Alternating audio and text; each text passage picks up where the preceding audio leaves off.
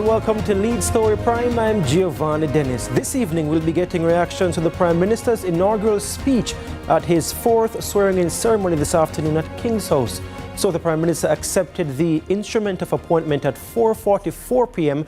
and started his presentation at 5:01 p.m. That's exactly 17 minutes later, to chants of 1 p.m. from the scores of JLP supporters that were present. Now, he spoke for 32 minutes, ending his presentation at 5:33 p.m. Now, CVM reporter Amoy Harriet was on location and she now joins us live in studio. Amoy, what did you make of the environment first when you went there? Gio, I must say the crowd was massive. Now, as I'm sure you know, this is Dr. Honess's fourth time being sworn in as Prime Minister. And the last time he was sworn in was in 2020. And at the time, that swearing-in ceremony was, a bit scaled back. So we had it in the ballroom, right, given the restrictions. So we had the ceremony held in the ballroom at the time. And there were about, let's say, roughly 40 persons in attendance. That doesn't even account for about 25 or 20% of the crowd that we saw this evening. It was massive. Like you said, we had supporters chanting 1 p.m. periodically. And, majority of the supporters and the dignitaries that we saw in attendance, majority of them were dressed in green. So you could almost see the fervor and feel the fervor in the crowd on location. It was truly something interesting to witness. Talk to us about his presentation now, the tone of it, how he started, some of the issues that he touched on briefly.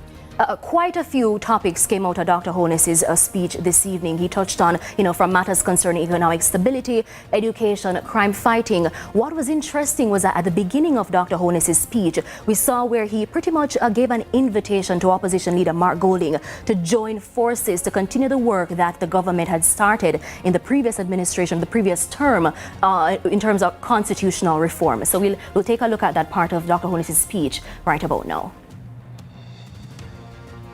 I look forward to continuing the work with all stakeholders, the National Partnership Council, the church, unions, youth, the business community, and civil society generally.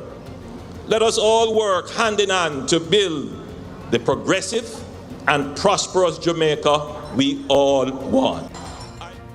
Right, so that was his invitation to pretty much all Jamaicans to come and work with his government this term. But he also touched on other issues like, getting rid of absolute poverty in the country, Amoy. Absolutely, and this fell under his, part of his speech where he spoke extensively about economic growth. Let's take a look at that speech, or the part of Dr. Honess's speech regarding poverty.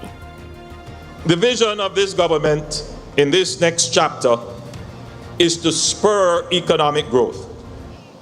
Growth that lifts every household across the length and breadth of Jamaica out of absolute poverty.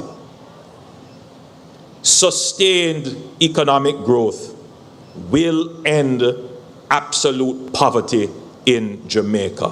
We can and we will end absolute poverty.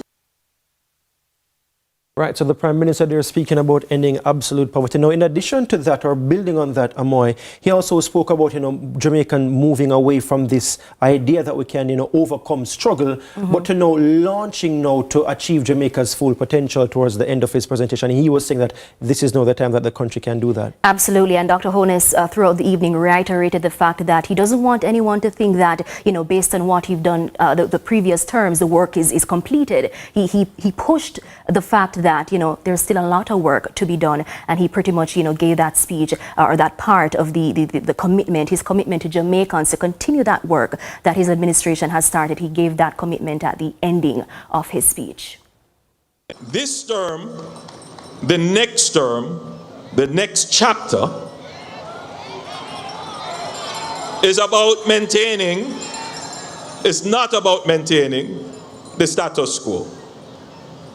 It is about fulfilling our potential and taking our rightful place among the great nations of the world. Admired for not only overcoming hardships, but respected for our results in achieving a high and sustainable quality of life for our people. All right, so I want to thank you so much for your coverage, Amwa. We saw you there, doing your thing and also getting our story in News at 7. Now, we'll continue to break it down in the days to come and getting more analysis from what was said in the presentation. Now then, we have in studio Antoinette Hamilton, President of the Medium and Small Enterprise Alliance, Ariana Epps, representative of the Umona Guild of Students, Lloyd B. Smith, political commentator, on Zoom as well, Wayne Chen, President of the Jamaica Employers Federation, and Dr. Lloyd Waller, Director of the Sir Arthur Lewis Institute for Social and Economic Studies at the University of the West Indies. And of course, a little later on, we'll be hearing from Dr. Teresa Rodriguez Moody, the CEO of the Jamaica Environment Trust. And so we'll be getting comments from them. Let's start with our guests in studio, though. And I just want to come to you firstly, Ms. Hamilton. What do you make of the Prime Minister's presentation? He spoke about growing Jamaica, moving away from absolute poverty and having the country now, taking off essentially to become a global leader in economics and other things and innovation. Your assessment of his presentation? Thank you, Giovanni, and thank you for having me. So my assessment is that it was important that the Prime Minister spoke about economic growth and the fact that we indeed need to spur economic growth from the 1% that we're averaging now to much larger growth. Some of the areas that he spoke about, which I believe would assist in that area, is the special economic zone, that's the Caymanas Industrial Park. He spoke about the logistics hub, human capital development and digitization.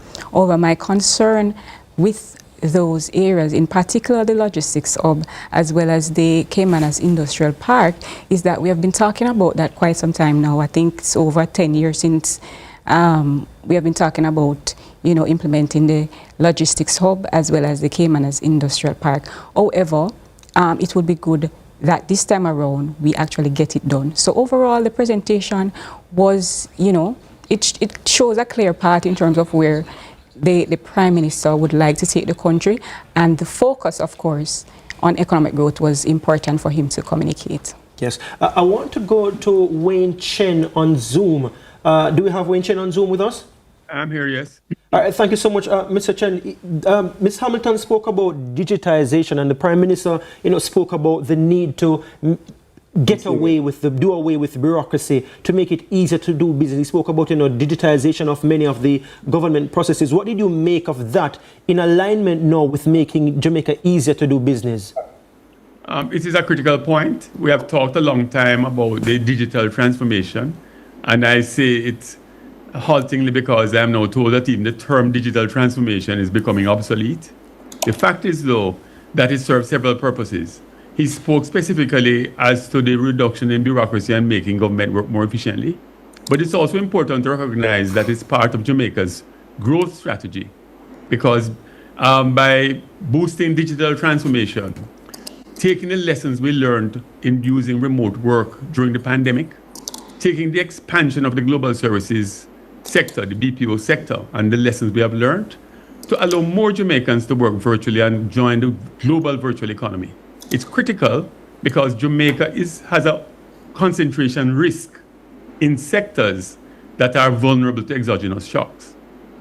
Tourism, hospitality, agriculture are all subject to forces outside of our control. A part of the growth strategy has to be economic diversification and building resilience into the growth. And the Prime Minister was very clear. The pivot now has to be towards growth. It's not sufficient to rest on the laurels of the achievements of the last 5 years. The record low unemployment, the record reduction in violent crime and murder, the record low inflation, the debt halved in the last few years.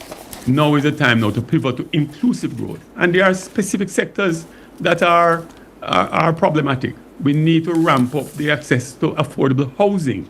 There are many young Jamaicans for whom the Jamaican dream of owning their own home seems elusive. And the irony is that we sit within the National Housing Trust, which is, by the way, contributors' money, hundreds of billions of dollars that need to be activated and spent efficiently to address some of these issues. infrastructure is a key part of growth, including what we just touched on a while ago, which is the telecom, the internet. Reliable, robust, accessible internet is critical. Better roads, better mass transit, access to water.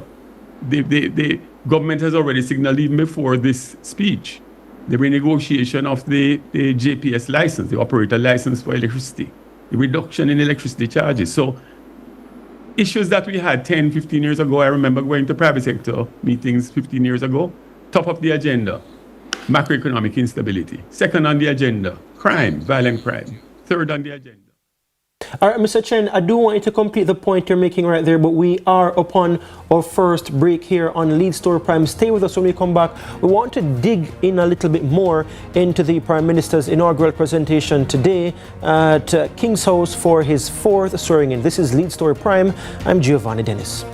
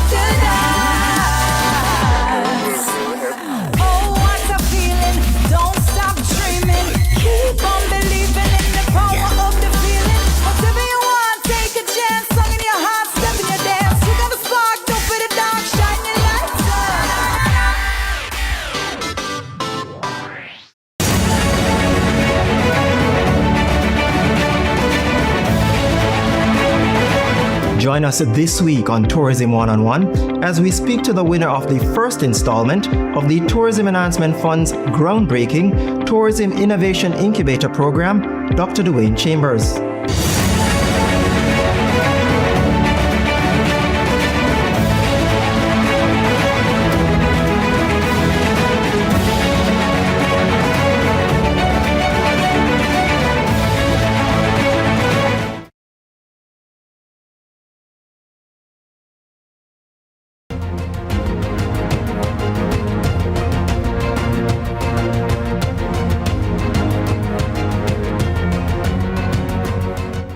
Mark, let us partner together to complete the work we started on making Jamaica a republic.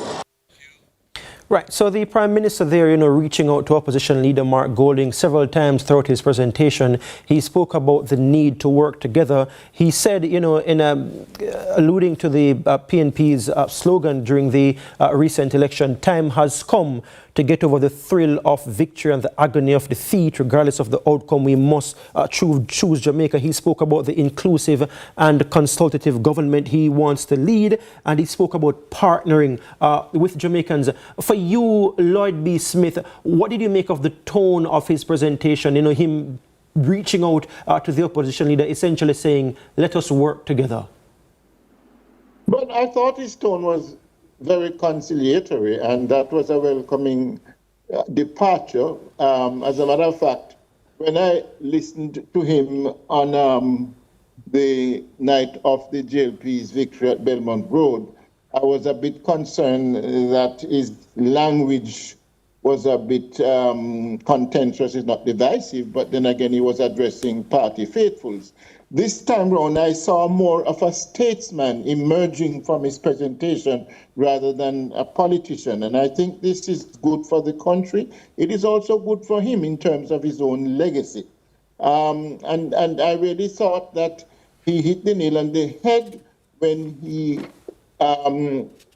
literally handed Mark Golding, a hand of cordiality and say, well, let's work together. Because let's face it, the issue of Jamaica becoming a republic cannot be a Jamaica Labour Party or a PNP issue. It must be a Jamaican, a national issue. And there has to be, at some point, eventually, a consensual approach as to how this is going to be achieved. It cannot be divisive, which is why the question of a referendum could become, impractical, because if it takes on any kind of partisan, semblance, then we are going to go down a very slippery slope. So I was happy that the Prime Minister took that stance, and I hope that Golding, in turn, it's going to be difficult for him because there are those in his party who are chomping at the bits to go after the Prime Minister in terms of the fact that it now has a better cadre of opposition persons in the House. But there has to be consensus, and I'm looking forward to the resumption, for example, of the Vale Royal talks. That's the direction in which that will have to go. I really commend the Prime Minister for his stance this time round. It sets the tone for what we need. As I've often said, there's a difference between a politician and a statesman. A politician puts his party first. A statesman puts but his as you country first. mentioned, politician and statesman there, Lord B. Smith, we did notice a little bit, still a little bit of, political jabs being thrown. It was subtle, but I picked them up. So he mentions, for example, in, a job at the PNP's proposal to at least have the firstborn in every family going to university. And I want a comment from you on this, Professor Waller. All children must go to university, not just the firstborn or the secondborn, and the parents shouldn't be struggling to deal with that. It seemed to me like even in that, statesman-like presentation, as you mentioned, Lord B. Smith, that there was still the political jab being thrown right there. What did you make of that aspect of it, Professor Waller?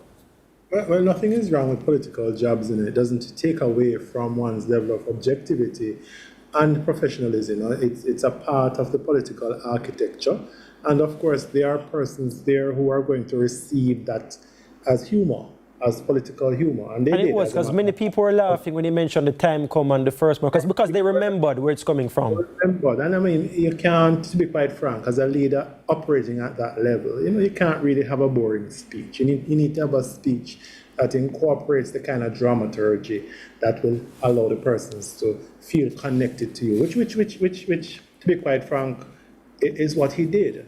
The truth is, the speech, I've been to a number of these inaugurations, perhaps 5. I think this was the best one. Not necessarily based on the organization and the structure, not necessarily based on the message, which, I agree with you, Lloyd, the message was amazing. It was in calling Mark by his first name, as a political science, as someone who teaches political science, as someone who's in love with the history of political leadership. This was amazing. It was genuine. The tone of voice was genuine. The offer was necessary, and as you said, certainly necessary following all of what has happened.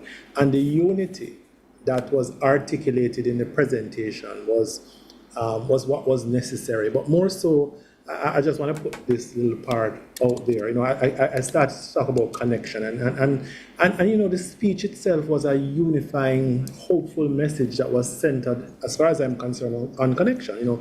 The government and opposition, extending an open arm to government and opposition, economy and people, linking fiscal stability, debt reduction, low unemployment to real improvements in citizens' daily lives. Sectors and growth, showing how sectors such as tourism, agriculture, manufacturing, and so forth are all tied together, and more so what we're going to do to tie them even further. It was an absolutely brilliant speech that was made. I'm being honest. I've had the opportunity of unpacking all of the political speeches for all the political leaders for an inauguration for a class that I used to teach, and so I'm very intimately tied into that kind of conversation and the discourse and articulation that manifests. And if I'm thinking back and looking back at all of the different speeches, I think this was the shortest, but perhaps the most impactful, perhaps the most genuine, and perhaps the most needed right now. I just speak about impactful. Let's speak about education for a bit. And I just want to bring in Ariana Epsnow of the University of the West Indies Guild of Students.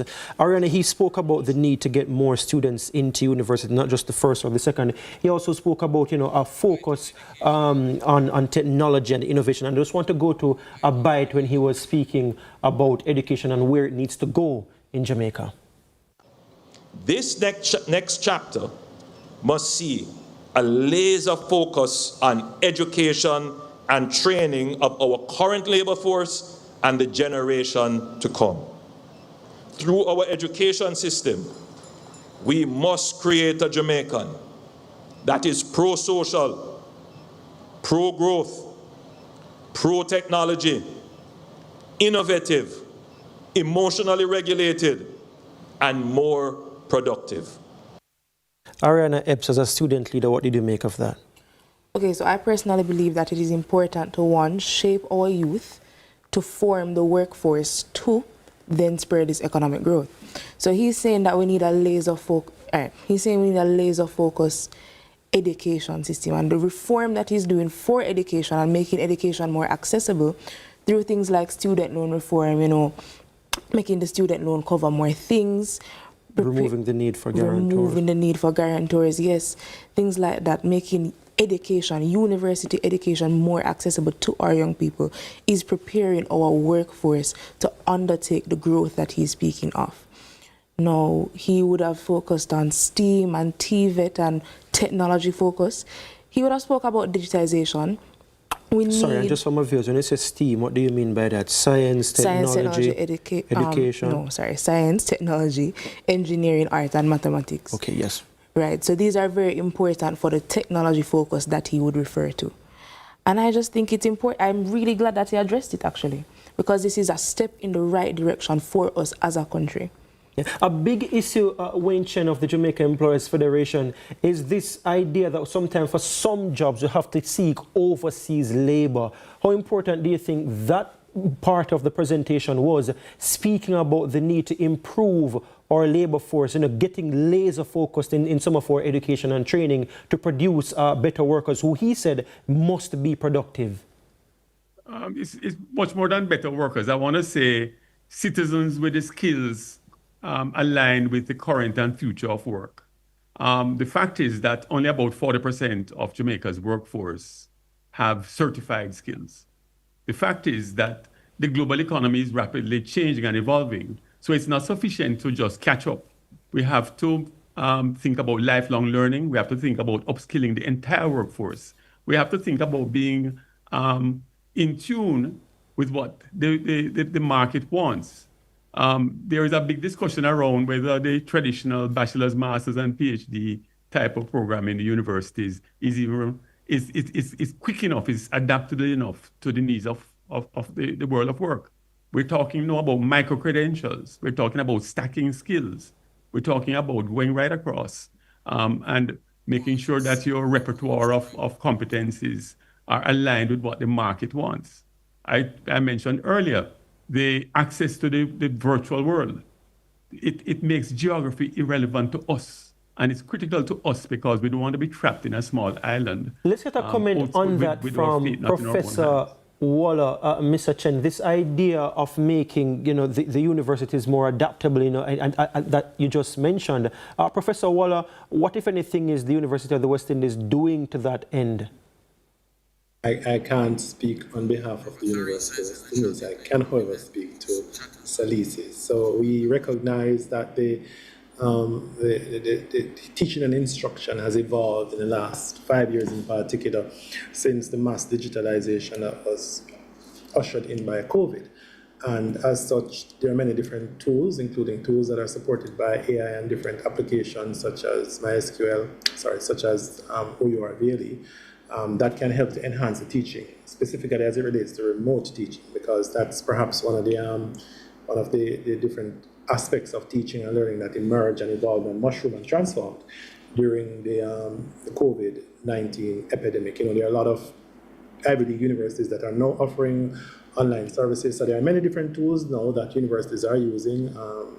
How they do the courses, for example, using case studies and using AI stuff, artificial Gen AI to facilitate these case studies and allowing persons to create these case studies. So we have case studies, we have the use of AI, we have the use of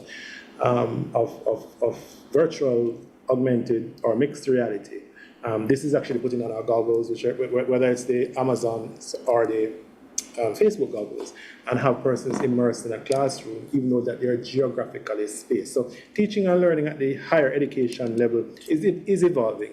just recognize, though, that many universities, I'm just making a general statement here, can be a little bit slow to the change because the legacy systems are so entrenched and incorporated in the infrastructure of the university that it can be problematic on one hand, costly on another hand, and you will meet a lot of resistance from persons who may see this as as tools that are infringing on persons' power, persons' authority, and persons' knowledge base as well. So there are some caveats, but the bottom line is that many institutions, including Salises, are incorporating and using many of these new teaching and learning tools, digital and otherwise, to try to see how best we can improve the instruction that is being given to the students. Yeah, and to that end, I should say I have spoken with the Dr. Dana Morris-Dixon when she was Education Minister last time round, and she did say that they are working to,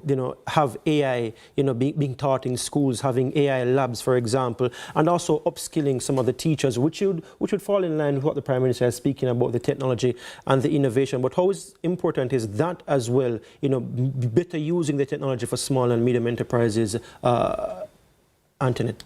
It is very important, and we would have seen where the tax administration of Jamaica has been doing a very good job at that in terms of digitizing its processes. We would hope that this is transformed into other agencies of government. For example, the Companies Office of Jamaica, where you're spending up to 3 hours to do a simple transaction. Some of those processes should now go online. And so what we find is that digitization will indeed spur economic growth, but the synergies between different agencies not working, the sharing of knowledge and skill sets seems to be, not working. You mean the sharing of knowledge between the government agencies? Among the government agencies, right? Yeah. Because if TAJ can do it, why not a company's office? Why not, rather, why not another government agency? So yes, digitization will in fact help MSMEs, especially with our productive hours, because it takes a lot of time to visit these institutions, and most of our MSMEs can't pay for these services, so sometimes they do want to go themselves. Okay, we do want to speak a little bit more about that, Antoinette Hamilton, when we come back. This issue of government bureaucracy that the Prime Minister speaks about that he wants to eliminate. So much more to talk about. We haven't even touched on the environment just yet, and we have Dr. Moody online also waiting to chime in on that. So stay with us here on Lead Story Prime. We'll be right back.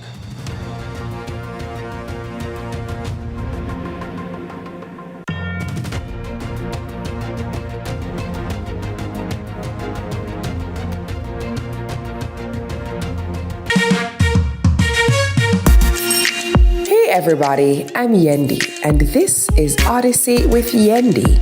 In this space, we connect with some of your favorite people as they share their journeys. Here we have some unfiltered conversations as we deep dive into their inspirations, motivations, and experiences to inspire our own life journey.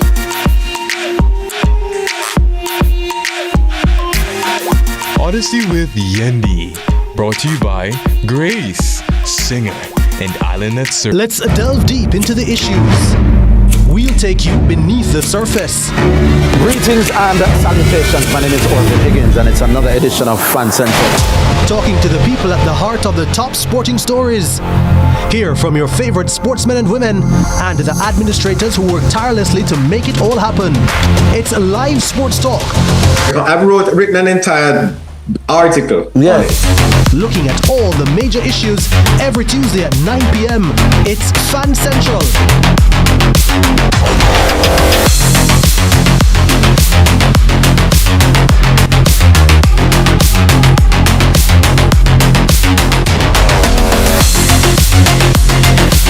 Start your journey with a Jane Bank Small Business Loan, with small business loans with as little as $10,000 and up to $4 million. The time is 8:30.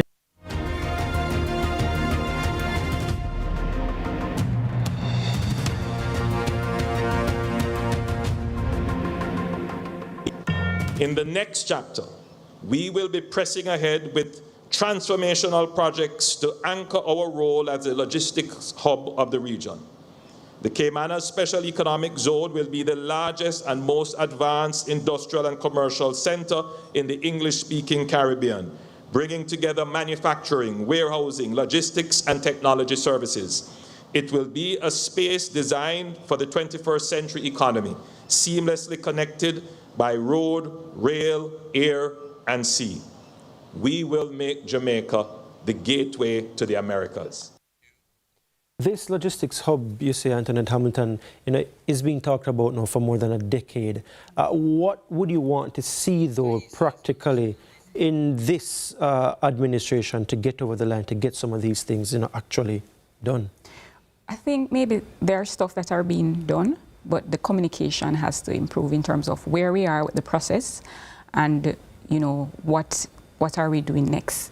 So especially the Caymanas Industrial Park, that has the potential, and that is probably easier than the logistics hub, because the logistics hub, you're looking at geopolitical, differences and other very technical laws and other things. But in terms of the Caymanas Industrial Park or the Special Economic Zone, that is something that I think we can move quickly on.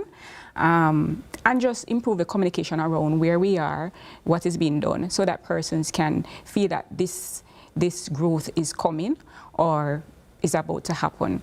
I think that is going to provide a lot of employment to persons, and once there's employment, it means that there's disposable income, small businesses, other sectors can benefit.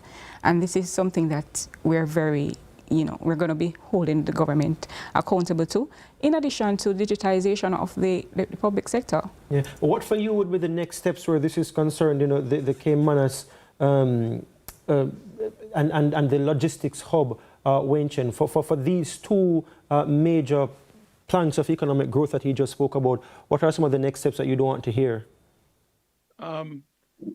We want to see the business case for everything of this nature. I'll tell you this, mega projects like this have fallen in and out of favor over the last 40 years. There are times when they felt that it was outside of government's core business and competence. But I think Prime Minister Holness is echoing his first political mentor, Edward Siago, who was a believer in mega projects and state-led economic growth. The fact is that it may help once it is properly implemented, but it is not the most important thing that has to happen in the next 5 years. The next 5 years, we have to unlock productivity in the country. Jamaica's productivity growth over the last 50 years has been dismal, second worst in the hemisphere. It's not a secret as to what we need to do. We need to improve skills in the workplace, as I said earlier. The workforce has to be upskilled and continuously upskilled. The infrastructure, internet, roads, mass transit, we have to eliminate the time spent in traffic. I mean, this week has been horrendous in Kingston for those of us who do the morning commute.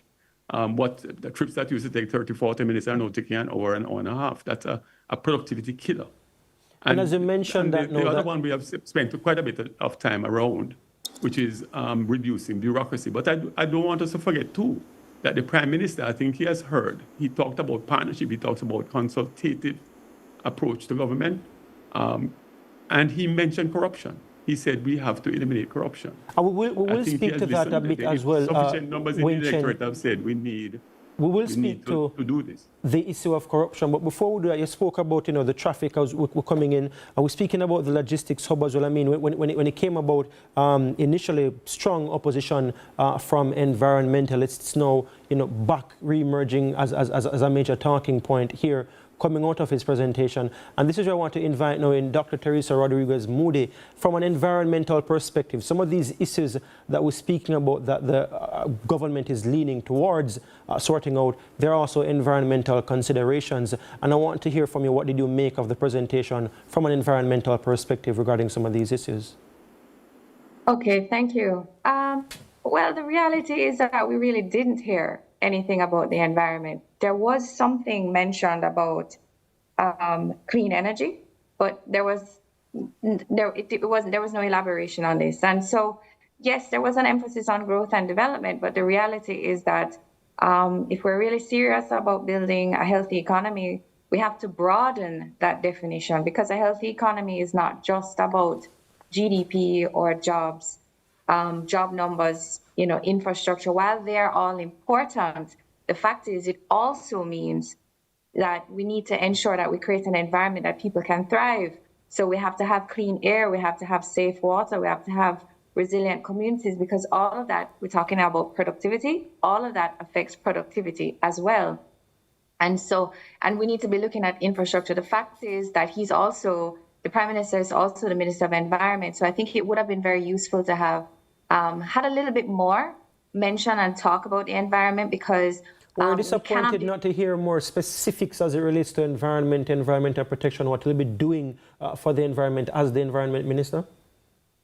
Well, we've had a lot of specifics. We've heard a lot of specifics. While there's not a lot of commitment to timeline from the Minister Samuda in his sectoral debate in May, when he presented the JA Sustain Plan, and also in their manifesto. So there are some specifics, and I don't expect that an inaugural speech is going to touch on all of those things. But the fact is that in the kind of environment that we're dealing with, where the world is dealing with a global crisis, climate crisis, and you have to be talking about a healthy economy, sustainable growth and development in that context, because these are massive external shocks that we will face, and we face and continue and will continue to face. And so I thought it would have been very useful to have really framed this talk about growth and development and prosperity and so forth within that context, because a healthy environment cannot be seen as an addition, as a side piece. It really needs to be core to everything that we're talking about today.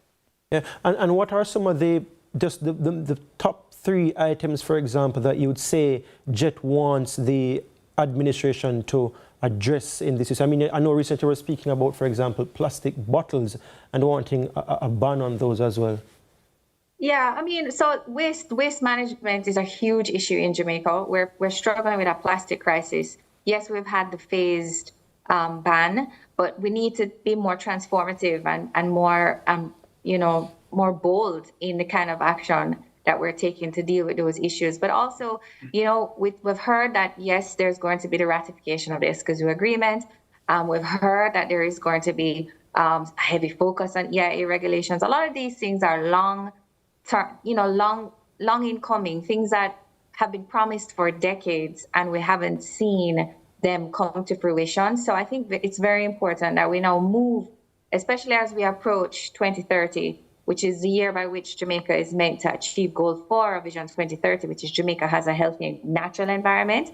So I think it's very important that some of these things that have been long-standing, that have been lingering for a long time, that they be addressed. So yes, the Access to Information Act, the Escazú Agreement, a stronger focus on plastics. Yes, there is some focus, but we need to be more bold at dealing with the crisis that we're facing. Speaking about the crisis in the environment right there, I want to shift gears a little bit and to move into the crisis of crime. The Prime Minister spoke about, the government bringing down serious crime and murders this year. Up to August, certainly was down by 43%. Let's go a little bit and hear some of what he said in relation to crime.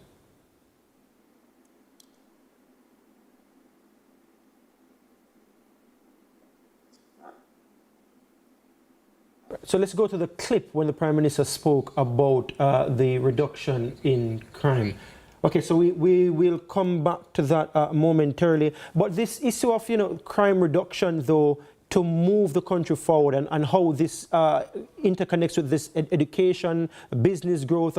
For you, Lord B. Smith, the focus on crime so far this year, the Prime Minister speaking about that and saying there's more to do. What did you make of that, for example? Well, for me, it was the same old. One of my concerns is that I would still love to see some greater emphasis on the country's social capital, as against, focusing on infrastructure and the economy in general and so on and so forth, because this is where crime interplays with the harsh realities out there. And for me, I was hoping, and I'm still hoping, that the Prime Minister will focus more on the country's social capital in terms of interventions, in terms of programs on the ground in communities to get people to be more peaceful and tolerant. And we have the specter, for example, of domestic violence, which is rampant in the society, which needs to be addressed. And I beg your pardon? Did somebody say something? I think Dr. Mooley wanted to come in on that point. I thought somebody was interrupting. Anyway, if I may just finish the point. Yes, so I'm saying that for me, that's an area that needs more fleshing out, because we should not only see crime in terms of fighting it. We should also look at crime in terms of preventing it. And this is where the whole matter of dealing with the country's social capital comes in. And I would love to hear more on that aspect of it coming from the Prime Minister. I mean, but to be fair to him, though, Lord B. Smith, he did speak about fighting the culture of violence and not just crime. He spoke about, violence is not being normalized in communities and how this impacts the children in communities where violence is normalized, and that we need to restore civility, and this is where some of the education will be important in terms of imparting values, for example. What did you make of that, Antoinette Hamilton? Well, crime is a real cost on the P&L for most businesses, security costs. Most businesses pay that. If we don't pay it directly to the security company, we pay it in maintenance if we do rent a space. So it is a real concern for MSMEs. To the point that Mr. Smith made is important in terms of social intervention. And I know that the Ministry of Industry, Investment and Commerce, they have a very good program, I think. It's called the MSME Roadshow. And we want to continue to partner with them to reach some of these communities to bring the services of government to them. And I think those type of interventions will help to alleviate crime. Yeah. Wayne Chen, I know the business community, partners with the government with a lot of crime interventions. Is there any special move this term, or have discussions even started about, what can be done going forward to help with some of the intervention regarding crime? The fact of the matter is that the interventions have been quite successful in recent times. The homicide rate this year is said to be the lowest in 30 years. Some of it has been very targeted. The fact is that just under 80% of the homicides in Jamaica are gang-related. And the successes have really been around improving the resources, the policing resources. I am not for 1 minute taking my eye off the comments made earlier by Lloyd. The fact is, though, that the police has gotten more efficient. The complement is the largest it has ever been. I think the net increase in number of officers is about 1,500 in the last 5 years. In terms of equipment, in terms of training, in terms of the quality of recruit, in terms of the use of technology, crime fighting, and we can't take our eye off that. It is as important as all the other things we talk about, the resocialization, the upskilling, the improvement in communities.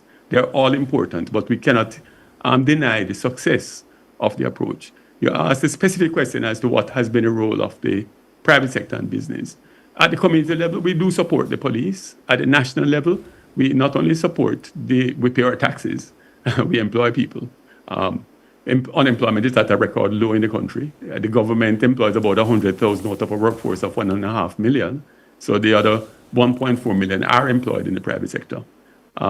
So we play our roles as good corporate citizens. But I do also want to note that we also have a partnership that has been working for several years under the chairmanship of a private sector leader.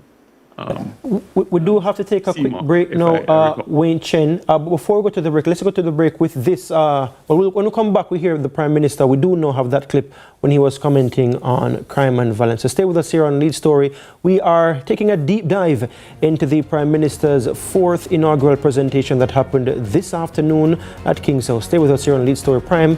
We'll be right back.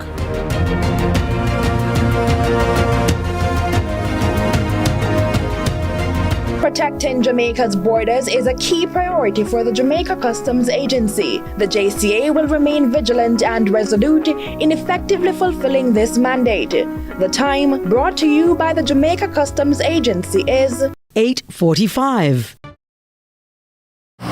When the bus them man, I want to watch my son play finals on CVM, you know.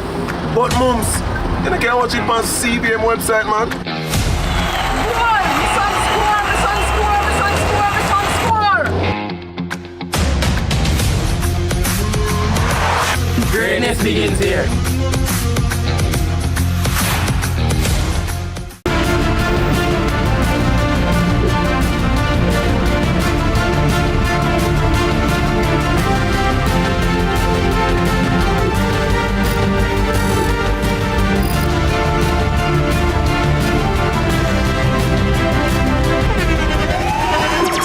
The internationally acclaimed On Stage with Winfred Williams. At a new time, Saturdays at 8 p.m. on CVM TV. So much more than entertainment. Millions of people are attacked by harmful mouth bacteria. The root cause of bad breath, gum problems, cavities, plaque, and tartar. That's why Colgate combined the best science and technology in Colgate Total. Unlike others, its superior formula fights bacteria and creates a powerful protective barrier for up to 24 hours to prevent them from coming back. Take control of your oral health with Colgate Total.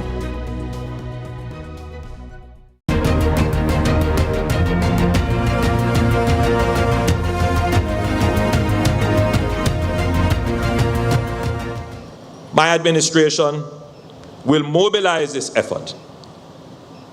And I believe the challenge of social violence should be taken out of the political space and treated as a matter of national interest. This is also imperative, and I will be reaching out to the leader of the opposition to work out how we can, as a country, unite against violence. Speaking about violence, just to get a comment from you on this, Ariana Epps, what, if anything, is the university leadership doing from a student level, student leaders, regarding crime and violence? So one of the things that we have been doing as student leaders as it relates to crime and violence is engaging with the surrounding communities. So the other day there was a back-to-school treat done by our external affairs chairperson, Mrs. Nikania Brown-Patrick, and prior to the staging of the back-to-school treats, she would have spearheaded some community walks where we would have walked through the community in the surrounding areas and engaged with the people living there. And I feel like part of that is to help foster the relationship between us as university students and student leaders and the community. And I feel like that would have an effect on the crime on campus, because we can assume that a lot of the crime that takes place on campus would be from the surrounding areas. So fostering that relationship would definitely help us to reduce the amount of crime seen. Yeah. For you, Professor Waller, the tone of the Prime Minister, we heard him just now speaking about working with the opposition leader to present a unified front in dealing with crime. What did you make of that part of it? The issue of getting crime down as a social issue to be addressed. First of all, we need to just acknowledge that, under the Andrew Holness-led administration, Jamaica has seen a 43% drop in murders, compared this year compared to last year. And this is not just about numbers. I hear people talking about numbers. This represents saved lives, communities that have been stabilized, and a country that's actually turning the tide on violence. And the Prime Minister's speech today was a recognition of the importance of both the opposition and the government to work together to address this problem, because this is one of the biggest problems we face in Jamaica. Once we get this right, it will have significant implications, positive implications for increased investor confidence, boosting tourism. There are some things that we would love to, I'm sure the ministry would love to do in tourism, like, for example, homestay tourism, like what they have in New Zealand. But because of the crime, it's going to be a problem. Reduced business costs associated with the overheads, the substantive funds that people have to be paying for security officially and unofficially, stronger community development, human capital retention, and in some instances, fiscal space or growth, and certainly for job creation. So this is a big item, and the Prime Minister is absolutely right. And just by me going through those 8 or 7 different factors that will change once we can manage the crime, reduce the crime, and get the brand Jamaica name being recognized, not just as a country to visit, but or to do business in, but a safe country to visit and do business in. And this will be substantive and phenomenal in terms of... As you mentioned that, Lord B. Smith, you're trying to come in on that point? Yeah, I'm a little bit concerned, though, and I hope your panelists won't take me to task for this, but I find it a little bit unnerving that we keep making it look as if crime is synonymous to murder, and that there's no other criminal activity in Jamaica that one should pay attention to. And the harsh reality is that there are several other criminal activities that are undercutting the country in terms of its overall thrust towards productivity and a more peaceful and tolerant society. So I think we have to be careful that we don't just zero in on murder alone as the criminal, thing that Jamaica faces. There are other aspects to this crime thing, and I'm concerned that while we revel in the fact that the murder statistics are going down, we see a continuing dramatic increase in motor vehicle crashes, these bike riders not wearing helmets and terrorizing motorists. The general breakdown in the society, which is parcel of the reality out there that needs to be addressed, which is why I mentioned this whole thing about the social capital. So I think we have to be careful that we don't just zero in on murders alone and say, all right, murders are down, so it is happy days are here again. Just for clarity, though, Lord B. Smith, you're speaking about crime, where you mentioned road accidents and motorcyclists not wearing helmets. I'm not sure if that's what you're comparing those as crimes. I sort of brought that in as well because it speaks to the law. It's a kind of lawlessness to me, because if you dissect several of these accidents, it is the fact that these motorists are breaking the law. That's the reality, in terms of speeding, in terms of overtaking, in terms of being crude and cruel to other motorists on the road and pedestrians. To me, that harbors being a criminal type of activity, So I think we have to bring that into the whole discussion when we talk about crime and violence and the social decay that still is affecting the society, even when our GDP is getting better, our macroeconomic data looks good, yes, but we still need to deal, and I will say it over and over again, with the social capital in the country. That needs a great deal of attention. I would mention that there's also what he spoke about in terms of making Jamaica the least corrupt jurisdiction in the region to do business, for example, and making the country more efficient as well. As we move forward, what are some of the issues you'd want to see addressed? Getting final comments from each of you now to make Jamaica the least corrupt jurisdiction, the most efficient to do business. Final comments on this point, Lord B. Smith, sticking with you. Well, for starters, I want to see the Integrity Commission being unshackled. We need to have a more effective Integrity Commission because we didn't even get a chance to talk about governance issues. What is the Prime Minister going to be doing about? And I won't go any further into that. But in terms of the level of accountability, even the whole matter of the performance of members of Parliament, and their responsiveness to their constituents and that sort of thing, because the Prime Minister by himself alone cannot do it. But in terms of the specifics to this particular question, corruption is a multifaceted thing. Part of our culture, Professor Rexford stated once that we are a nation that is laced with larceny. so it's not going to be an overnight success story at all. But again, we need to start at the level of our educational system, right up to university, Professor Waller, where we deal with ethics, where we deal with character education, to begin to sensitize, when we look at the cybercrime statistics, for example. All right, Lloyd B. Smith, we're almost out of time. Just want to get a quick final comment from Wayne Chen on this, making Jamaica the most efficient and least corrupt jurisdiction to do business in the region. What needs to happen for you, Wayne Chen? 30 seconds. We need more transparency, and the technology allows us to be far more transparent.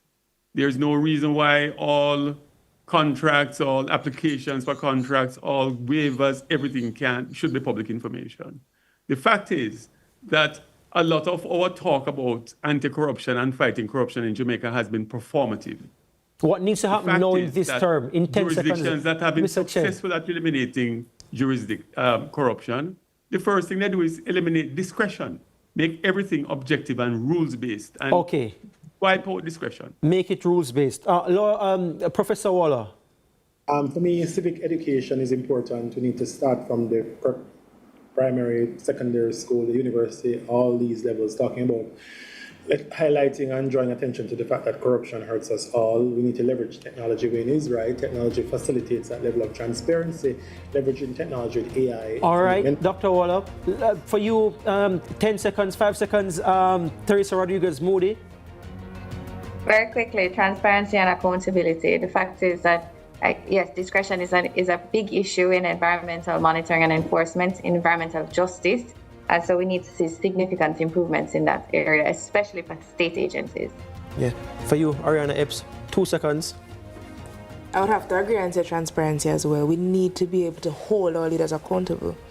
Transparency and digitization. Right. Transparency, accountability, and digitization. Well, we've been assessing the Prime Minister's presentation. So much more we could talk about. We had about 5, 6 guests here, and we still haven't gone through enough. But we will be pouring over the Prime Minister's presentation more in the coming days. This has been Lead Story Prime. Thanks so much to all my guests here in studio and on Zoom, and thanks to you at home for watching as well. I'm Giovanni Dennis. Stay tuned to CVM TV.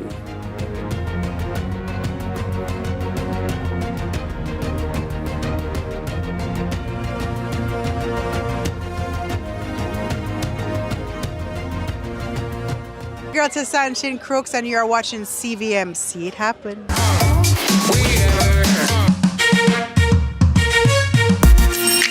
Hey everybody, I'm Yendi, and this is Odyssey with Yendi. In this space, we connect with some of your favorite people as they share their journeys. Here we have some unfiltered conversations as we deep dive into their inspirations, motivations, and experiences to inspire our own life journey.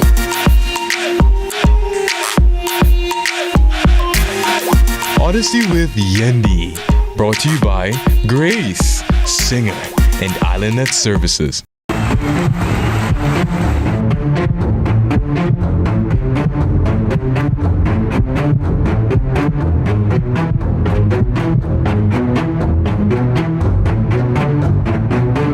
And that's what you love to see.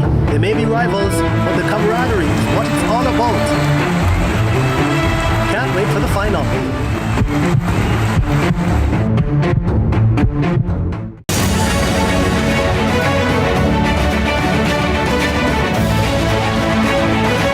Join us this week on Tourism One-on-One as we speak to the winner of the first installment of the Tourism Enhancement Fund's groundbreaking Tourism Innovation Incubator Program, Dr. Dwayne Chambers.